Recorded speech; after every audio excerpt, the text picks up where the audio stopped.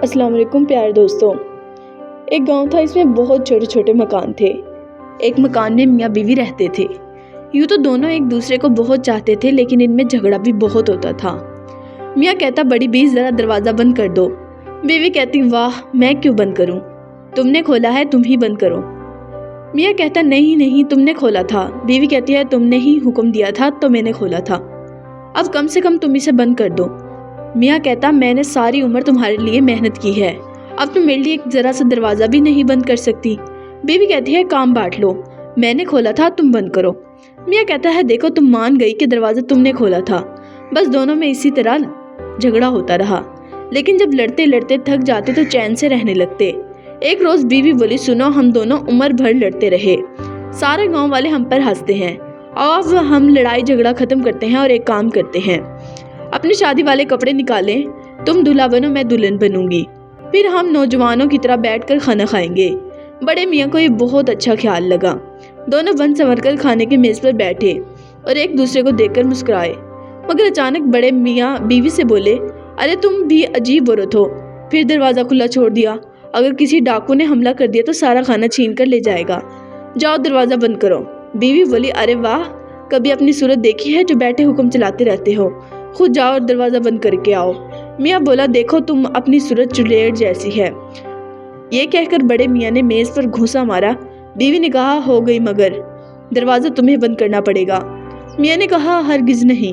बीवी बोली, हरगिज़ हाँ। अचानक मियाँ को कुछ ख्याल आया, इसका गुस्सा उतर गया और वो बोला, इस तरह हम सारी उम्र तो तू मैं करते रहेंगे और अपना खून खुद ही जलाते रहेंगे। अब यूँ करते हैं कि दोनों चुप हो जाते हैं, चाहे कुछ भी हो हम नहीं बोलेंगे, और कोई बोला तो उसे उठकर दरवाज़ा बंद करना पड़ेगा। बड़ी भी मान गई, दोनों चुपचाप हो गए। सिर्फ इनकी सासू की आवाज़ आ रही थी, इनके मुंह में पानी भी आ रहा था, क्योंकि इनके सामने मज़ेदार खाने पड़े थे। इतने में दरवाजे पर आकर फ़कीर ने दस्तक दी। अल्लाह के नाम पर भूखे फ़कीर को एक रोटी खिला दो। घर वालों ने कोई जवाब ना दिया तो फ़कीर खड़ा उन्हें देखता रहा। फिर इसने हिम्मत से काम लिया और अंदर चला आया। क्या देखता है कि एक मर्द और एक औरत खाने की मेज़ पर बुत बने बैठे हैं। फ़कीर ने सोचा कि शायद दोनों बैठे बैठे मर गए। इसने बड़ी बी की नाक दबाई और इसका दम घुटने लगा, मगर वो चुप रही। फिर फ़कीर ने बड़े मियाँ का एक कान खींचा, कान लाल हो गया, मगर बड़े मियाँ ने उफ तक भी ना किया। आखिर बूढ़ा फ़कीर मेज़ पर बैठ गया और मज़े मज़े से खाना हड़प कर गया, और दोनों मियाँ बीवी इसी तरह खामोश बैठे रहे। अब फ़कीर ने अपना मुंह पूंजा और मुर्गियों की हड्डियों का हार बनाकर बड़े मियाँ के गले में डाल दिया। बड़े मियाँ दम साज बैठे रहे। फ़कीर हंसता हुआ चला गया। कुछ देर बाद इस चोर ने खुले हुए दरवाजे से झांक कर अंदर देखा। क्या देखता है कि एक औरत और एक मर्द बुत बने बैठे हैं।